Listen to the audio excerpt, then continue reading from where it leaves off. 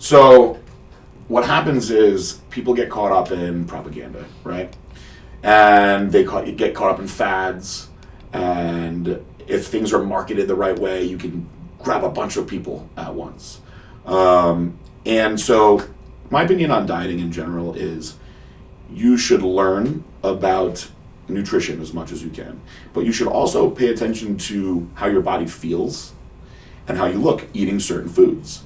Because as a general rule of thumb, right, for years, people said, you know, you have to keep your cholesterol low, you have to keep your cholesterol low, otherwise you'll have a heart attack. Now, all these doctors have found out that it's the opposite of that. You had things like trans fats on the shelves that now are illegal. So all the people that were eating, I can't believe it's not butter, they were poisoning themselves and screwing up their hearts for that. So as evolution keeps changing and people keep learning different things, more doctors will come out behind the pros and cons of different things, but I think a lot of it should be based around what you actually like to eat. But it doesn't mean that if you like to eat McDonald's, you should eat McDonald's every day, but you should figure out how to consume foods that you enjoy eating and that you feel good eating and base everything that you do around that. Not making a choice just because somebody that you look up to said, well, I shouldn't eat animals anymore, so I'm going to only eat vegan now. Or on the flip side, the people that do the carnivore diet that are like, I only eat steak and I look amazing and my blood work is perfect. I think it doesn't need to be so extreme in either way. And you don't need to be pro one side because you want to be a part of a movement so bad. I have done so many different things over the years, and I could support many different sides. I did ketogenic diet plan with Dave Palumbo for a couple of years, worked awesome. I did more of my traditional approach, which is kind of similar to what I was saying Chris Aceto does, which is a little more higher carbs, low fats. I've done carb cycling. When I retired from bodybuilding, I went keto for 2 straight years and loved it. Felt great. Then I got back into cycling different things around. I did a traditional Atkins style just to see if I would like it, and eating all that bacon and shit was gross. And now I have been, for over a year, I've been intermittent fasting. And I only eat from 6 at night till midnight, and I feel awesome. My blood work looks good. I'm the leanest I've been in a long time, but I'm not going to go forcing intermittent fasting on people. I'll educate them on how you can do it the right way. But I'm not going to jam it down somebody's throat as the only way that it should be. Now, some doctors and researchers will say that you should periodically change your window of when you're actually feeding, they call it. So sometimes I'll go a little earlier. With maybe on a Sunday, I'll start eating at like 2 o'clock, and I'll throw my fast off. But I wake up most days around, when I'm perfectly healthy and everything's normal, I wake up most days around 5, no alarm, boom, that's just when I feel like getting up. And I do some stuff on the computer, drink a coffee, go to the gym by like 7. I train not more than an hour because I don't really have all that much to work with anymore. Come home, do my cardio Q&A around 9. And then I shower, go to the office, and I run around all day. So either I'm on this spot, but food slows me down.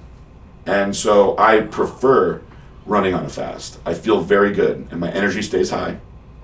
Then when I'm done with my day, which is usually around like 6 o'clock, I'm going to come home, I'm going to start, still doing emails and stuff, but dwindling down. That's when I'll start eating, because once I start eating, and then my body starts producing insulin, and I start getting tired and relaxed, it takes me out of my work zone. And I don't mind being tired and relaxed at night when I'm eating food. Plus, when you're only eating in that amount of time, you have a lot more freedom with what you can eat, because calorically, your calories are going to wind up being low compared to somebody that's eating all day long.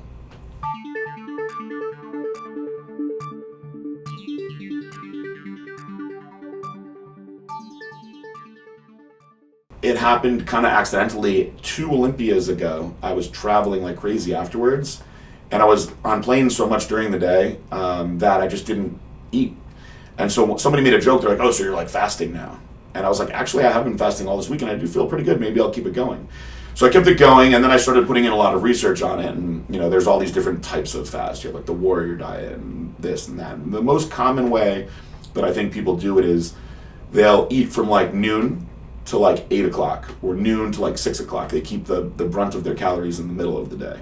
But I found out that for me, no matter what I'm doing, no matter what I decide that I'm going to eat, my body does get relaxed. when I eat, even if it's a quick meal. It's just the satisfaction of eating. Of course, it's the chemical response, and if you're eating carbs and the insulin release, things like that. But eating kind of relaxes me, and I like being like tense all day. So I go through the day. It's almost like a guy who's like starving for food, and that's part of why I hustle so much. And then it helps me relax at night. So there's a lot of psychological part to me. The regular person, if they want to try intermittent fasting, what I would say is start with just one day. Pick a day where you're gonna wake up and just not eat breakfast for a while. And let's say you wake up every day at like 6, 7, 8, 9 o'clock. Just wait until like 12 or 1 before you eat. Just see how much different you feel just from that, and slowly increase it. Because the real benefits from a fast happen well after 12 hours. Really, it's like 16 hours where you really start seeing the true benefits, but many people aren't going to want to go that long. So you could pick one day where you fast. You're still going to benefit from it regardless. I'm doing it on one of the more extreme ways, but I've always been kind of an extreme kind of person anyway.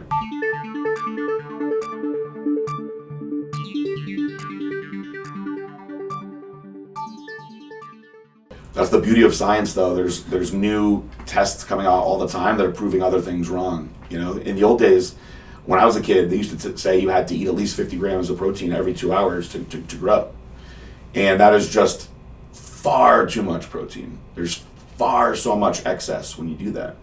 And I don't know that if you were a brand new person trying to make it in bodybuilding, I don't know that you could actually make that impressive of a change as far as size with an intermittent fast, but you could get lean.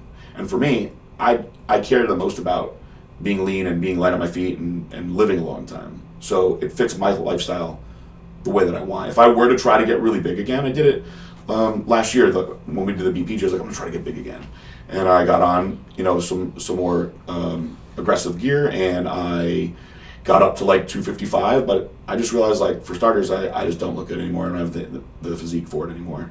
My injuries are too bad, and I just don't have it. And what's the point of trying to do it again if I'm not going to be as good as I was before? And so then I decided, well, let's just go back to what I wanted to do anyway, which was be lighter and feel good.